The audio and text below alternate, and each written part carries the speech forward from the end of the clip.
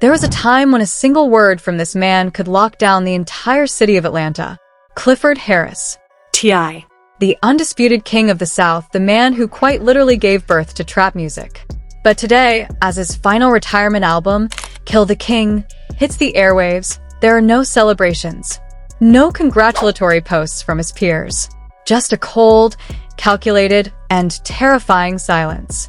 Overnight, the biggest names in hip-hop didn't just ignore him. They completely blackballed him.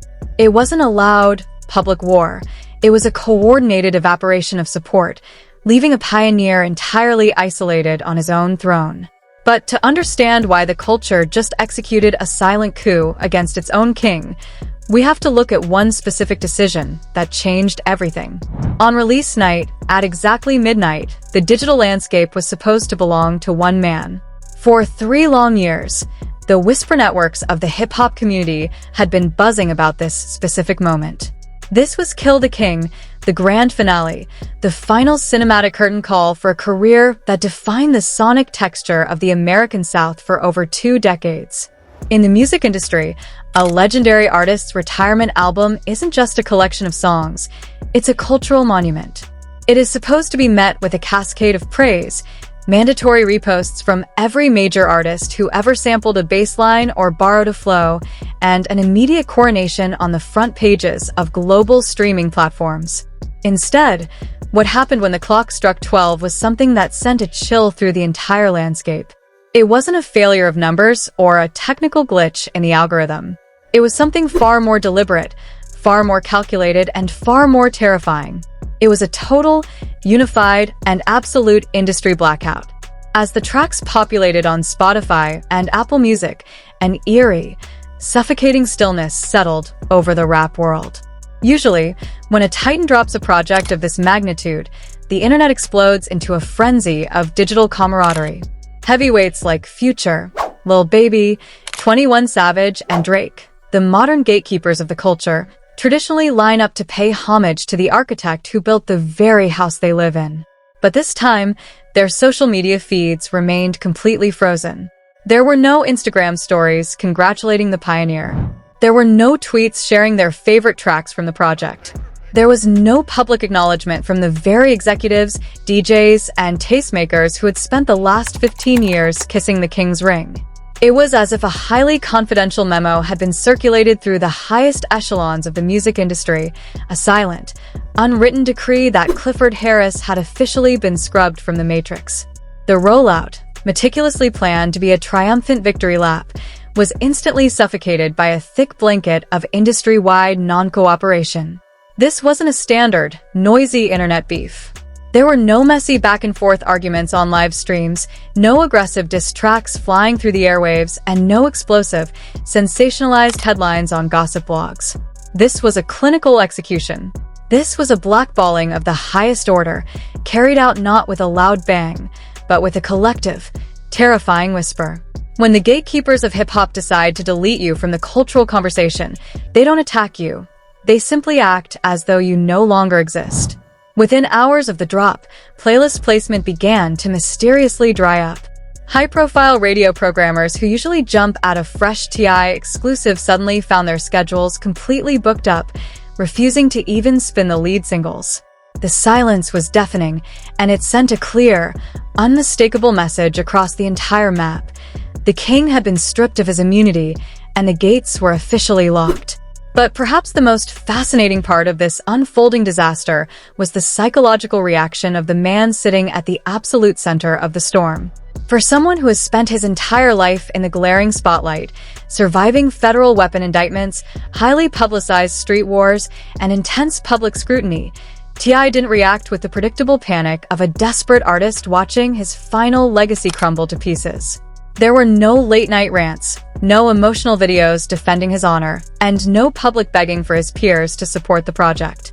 Instead, he met the ultimate betrayal with a cold, unyielding stoicism.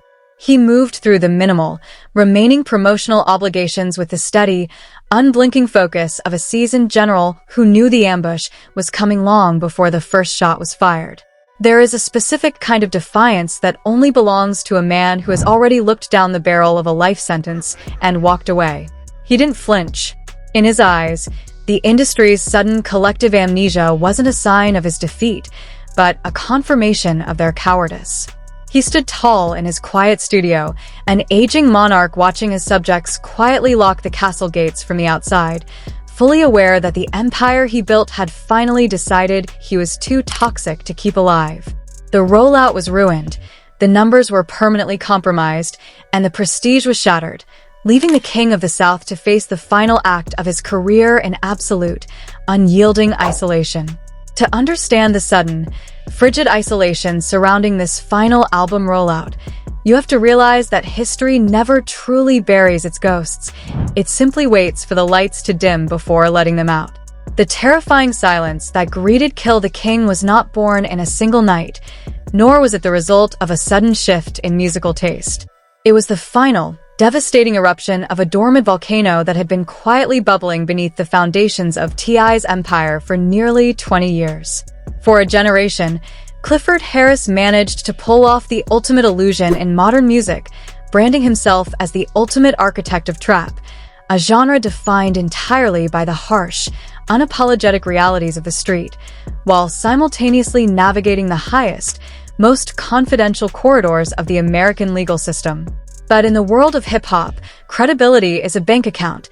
You can make withdrawals for years on the strength of your past classics, but eventually, if the deposits stop, the ledger has to be balanced. The root of this systemic collapse traces all the way back to October of 2007, a moment when T.I. was undisputedly at the absolute peak of his cultural powers. Hours before he was scheduled to take the stage at the BET Hip Hop Awards, federal agents swarmed a parking lot in Atlanta, arresting the superstar in a cinematic sting operation. The cargo inside his vehicle was catastrophic. Multiple unregistered machine guns, silencers, and hundreds of rounds of ammunition. For an ordinary citizen, let alone a convicted felon with a pre-existing record, an indictment of that magnitude carried a guaranteed, soul-crushing sentence of up to 30 years in a federal penitentiary. The rap world braced itself for the permanent loss of its reigning king. Yet, what followed was a legal miracle so orman-bendingly unprecedented that it instantly fractured the trust of the very streets that birthed him. Instead of decades behind bars, T.I.'s high-priced legal team negotiated a deal that felt entirely alien to the brutal reality of the federal justice system. He was sentenced to just 1 year in a low-security facility, paired with an extensive, highly publicized community service campaign designed to warn youth against the dangers of guns and gang violence. To the mainstream media, it was a beautiful story of redemption and rehabilitation. To the streets, however, it was a terrifying anomaly. The trap, after all, was built on a singular, unyielding commandment: the code of absolute silence. In that world, federal prosecutors do not offer 30-year discounts out of the goodness of their hearts. They offer them in exchange for currency, and the only currency the federal government values is information. The Whisper campaign began instantly, a low-frequency hum that followed him into every studio and venue he entered. The term informant became a dark shadow tied to his name, disguised for years by the blinding glare of chart-topping hits and corporate success. For over a decade, T.I. ran a masterclass in cultural distraction. He dropped Paper Trail, an album so monumentally successful that its sheer commercial weight crushed the rumors beneath it. He transitioned into a lovable, articulate reality television patriarch, inviting millions of households into his lavish home, effectively humanizing his brand and making him too big, too corporate, and too influential for the industry to blacklist. If a younger artist whispered about the old federal paperwork, they were quickly silenced by the sheer gravity of T.I.'s industry leverage. He held the keys to the kingdom. He controlled radio play, festival slots, and collaborative cosigns in Atlanta. You didn't cross the king because the king had the power to erase your career before it even started. But beneath the shiny veneer of reality TV stardom and multi-platinum plaques, a pattern of deep resentment was quietly taking hold within the industry. It wasn't just the ancient federal cases that alienated his peers. It was how he allegedly weaponized his position behind the scenes. Over the years, whispers grew louder about a pattern of self-preservation at the expense of others. Rumors circulated of behind-the-scenes manipulation, where T.I allegedly used his vast industry network and political connections to insulate himself while leaving younger, more vulnerable artists exposed to legal and professional crossfire. Peers watched as he consistently positioned himself as the moral compass of the culture, lecturing the youth on street politics while his own past remained shrouded in unanswered questions and sealed documents. It was a duality that many found increasingly impossible to swallow. The street prophet who possessed a miraculous immunity to the very system that was systematically destroying his contemporaries.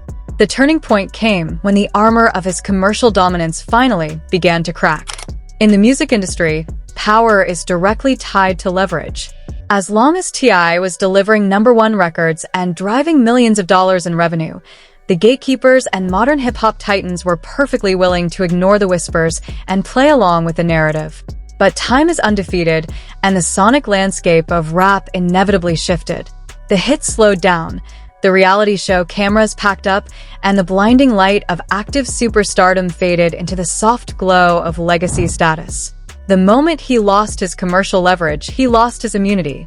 The dormant anger of an entire industry, built over 15 years of watching him navigate the system unscathed while others fell, finally found its moment to strike. The boycott of his final album was not a random act of cruelty. It was the execution of a long-delayed sentence. The culture didn't change its mind about Clifford Harris overnight. It simply waited until he no longer had the power to fight back before showing him that the streets never truly forgot the price of his freedom. The silence of release night was eerie, but the days that followed were where the true execution took place. In the music industry, a quiet release night can sometimes be salvaged by an aggressive secondary marketing push, a viral moment, or a sudden wave of nostalgic sympathy. But as release week rolled on, it became painfully obvious that this was not a passive oversight. This was an active, coordinated siege against the legacy of Clifford Harris. The promotional calendar, meticulously crafted over months of boardroom meetings, began to disintegrate in real time. High-profile podcast appearances that had been locked in for weeks were suddenly canceled due to mysterious scheduling conflicts. Major radio syndicates that typically loop a new T.I single every hour suddenly found reasons to push his tracks into the late-night graveyard slots. The entire apparatus designed to propel Kill the King to the top of the cultural charts was being systematically dismantled, cog by cog, by unseen hands. The true climax of this devastation, however, manifested in the sudden and brutal betrayal by the artists he had explicitly reached out to for this final masterpiece. Behind the scenes, the story of Kill the King became a horror film of uncleared verses and last-minute text messages. Sources within the industry began to whisper about major label executives stepping in, quietly advising their top-tier talent to distance themselves from the project. In the 24 hours leading up to the final master delivery, verses from some of the biggest hitmakers in hip-hop were abruptly pulled. Feature tracks that were supposed to bridge the gap between the old guard and the new generation were left hollow, forcing T.I.'s production team to hastily scramble, cutting entire sections of the album or replacing multi-platinum superstars with obscure, local talent. It was a humiliation of the highest order. The man who once hand-selected the careers of the elite was now being rejected by the very individuals who used his blueprint to achieve their own fortunes. This wasn't just a corporate boycott. It was a cultural eviction from the very kingdom he laid the bricks for. Atlanta, Georgia had been T.I.'s ultimate shield for over 20 years.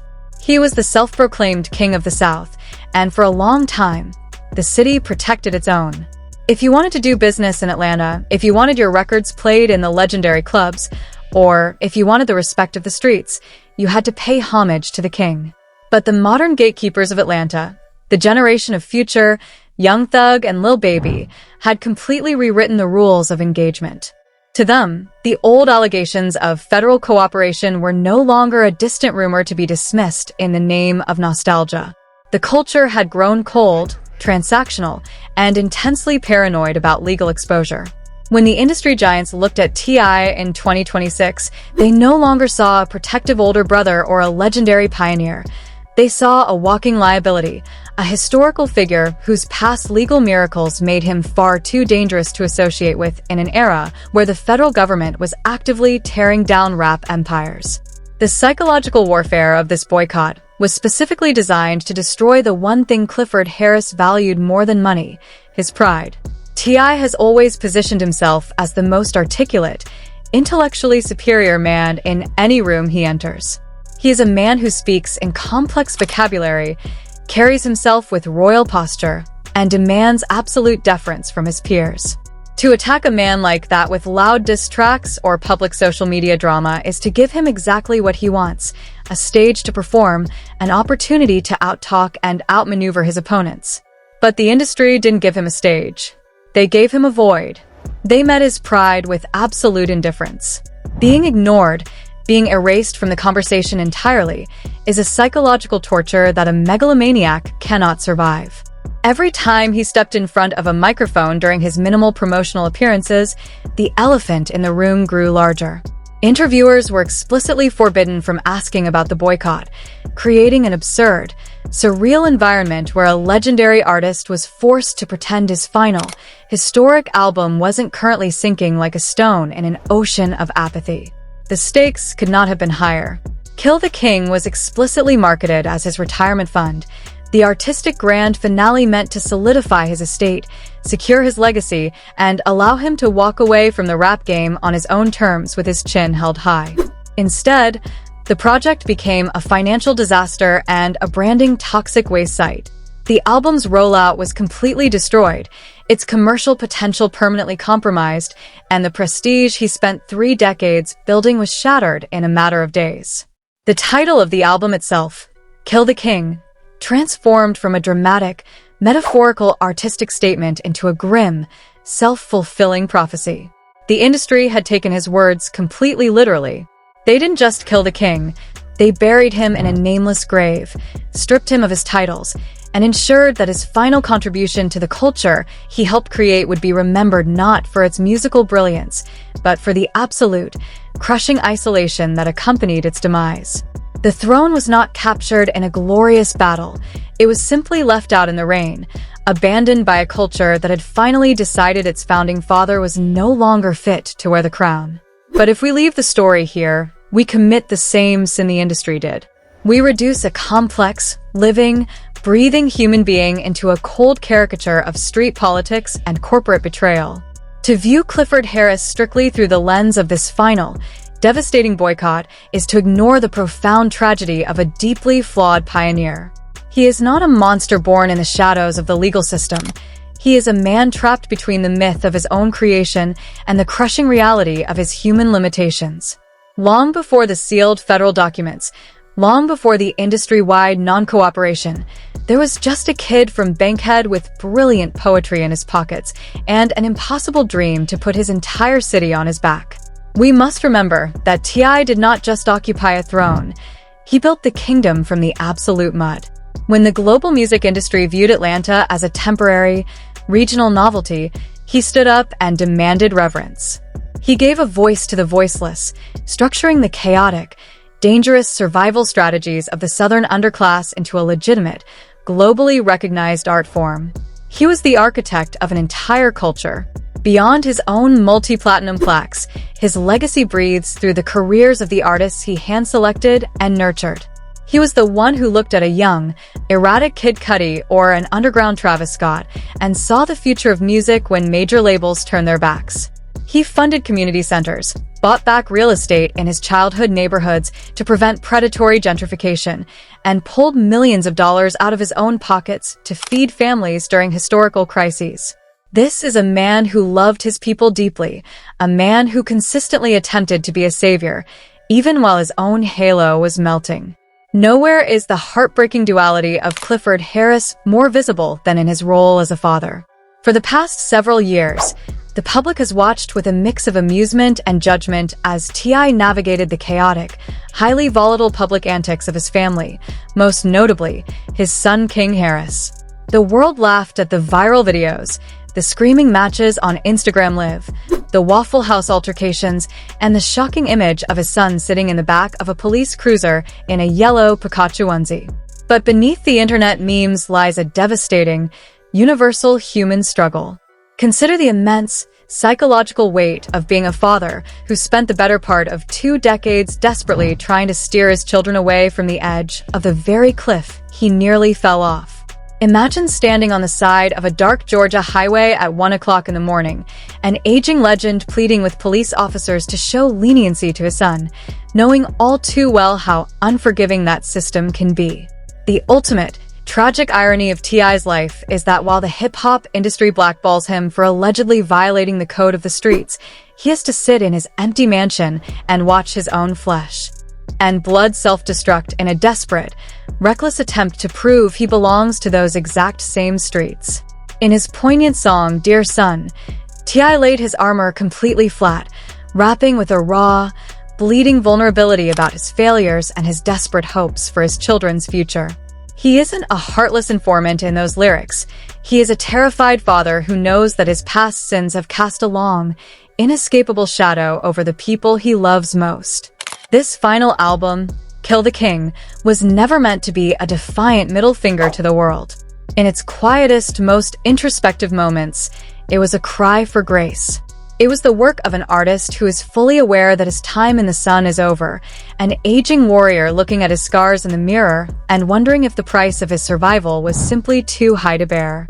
When you strip away the multimillionaire celebrity, the reality TV fame, and the street politics, you are left with a 54-year-old man sitting alone in a silent recording studio, watching the lights go out on a world he helped create. He is a human being who chose survival in a culture that demands martyrdom. He wanted to walk away from the throne with his dignity intact, to be remembered for the music and the mentorship rather than the whispers and the courtrooms. The tragedy of the king is not that he was perfect and fell, it is that he was beautifully, tragically human, and the culture he gave his life to has no room for forgiveness. In the unwritten ledger of hip-hop, there is a dark, recurring truth. The culture loves its heroes best when they are either dead or behind bars. It is a genre that romanticizes martyrdom, a world where dying for the code is universally celebrated, but surviving the system is treated with an immediate, lifelong suspicion. Clifford Harris chose to survive. He chose his family, his freedom, and his future over the brutal, unforgiving expectations of the streets. But in the grand theater of fame, survival is never free. It carries a heavy, compounding tax, and for T.I., that tax was ultimately paid in the currency of his own legacy. The silent boycott of Kill the King proves that you can spend 3 decades building an empire, handcrafting the very sonic architecture of a city, and still be exiled from your own kingdom without a single word ever being spoken. The industry didn't need to launch a loud, aggressive coup. They simply turned off the lights and walked away, leaving an aging monarch to rule over an empty room. We are left to wonder what truly happens to a king when the court disappears. Does the title even exist if there is no one left in the room to whisper it? As the final tracks of his retirement album fade into the digital ether, the crown no longer belongs to the streets, nor does it belong to the corporate boardrooms. It sits forgotten on a cracked concrete floor, tarnished by the rumors, and weighted down by the heavy choices of a man who simply refused to become another tragic headline. T.I. wanted to kill the king on his own terms, to control the final narrative of his exit. But the game, cold and transactional as it has always been, took the crown before he could ever lay it down. The studio is dark. The microphone is cold. And as the final credits roll, the silence left behind speaks louder than any multi-platinum plaque ever could. Because the hardest part of wearing a crown isn't capturing the throne, it's realizing when the kingdom has already forgotten your name.